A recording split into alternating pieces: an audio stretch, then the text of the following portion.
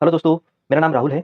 आज हम डब्ल्यूएचओ यानी कि वर्ल्ड हेल्थ ऑर्गेनाइजेशन के द्वारा सेमाग्लूटाइड्स के बारे में जारी की गई चेतावनी के बारे में बात कर रहे हैं।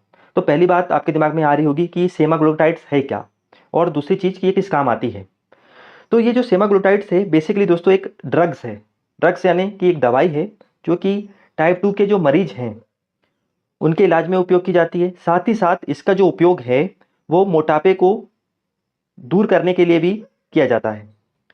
दोस्तों ये दवाई जो है दुनिया भर के बाज़ारों में बहुत से ब्रांड्स के नाम से बेची जाती है, जिसमें से एक फेमस ब्रांड के बारे में अगर मैं बात करूं तो उसका नाम है ओजेम्पिक, जो आप यहाँ पे इमेज में देख रहे होंगे।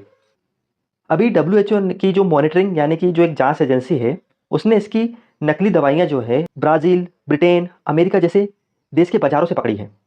हालांकि डब्ल्यूएचओ का कहना है कि सन 2022 से विभिन्न देशों में इसके नकली जो प्रोडक्ट है वो बाजार में धड़ल्ले से बिक रहे हैं। अब बात करते हैं कि हालाँकि इसी के नकली प्रोडक्ट दुनिया भर के बाज़ारों में क्यों अधिक बिक रहे हैं? तो पहला कारण दोस्तों ये है कि एक तो ये जो ड्रग है, ये काफ़ी महँगा ड्रग है। अगर महँगा ड्रग है तो ऑब्वियसली बात है, अगर इसकी कोई कॉपी बना के बेची जाए तो वो उससे लोगों को ज़्यादा फ़ायदा होगा, इसलिए लोग धड़ल्ले से इसको बेच रहे हैं। और दूसरी बात ये है कि इस ड्रग की जो डिमांड है वो दिन-प्रतिदिन बढ़ती जा रही है।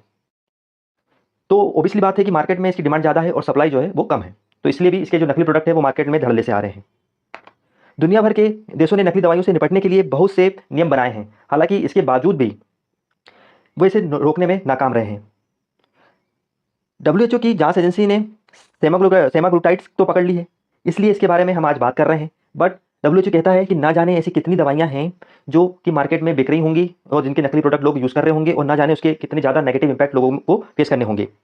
हालांकि एक बात और जो कि इस दवाई के बारे में महत्वपूर्ण है, वो डब्ल्यूएचओ कहता है कि डब्ल्यूएचओ कभी भी इस प्रकार की जो महंगी दवाएं हैं उनको कभी भी सपोर्ट नहीं करता है या प्रोत्साहित नहीं करता है, क्योंकि ये जो दवाएं हैं आम लोगों पर पैसों का अतिरिक्त बोझ डालती है। इसलिए डब्ल्यूएचओ इनके जो अल्टरनेट हैं उनको प्रोत्साहित करता है।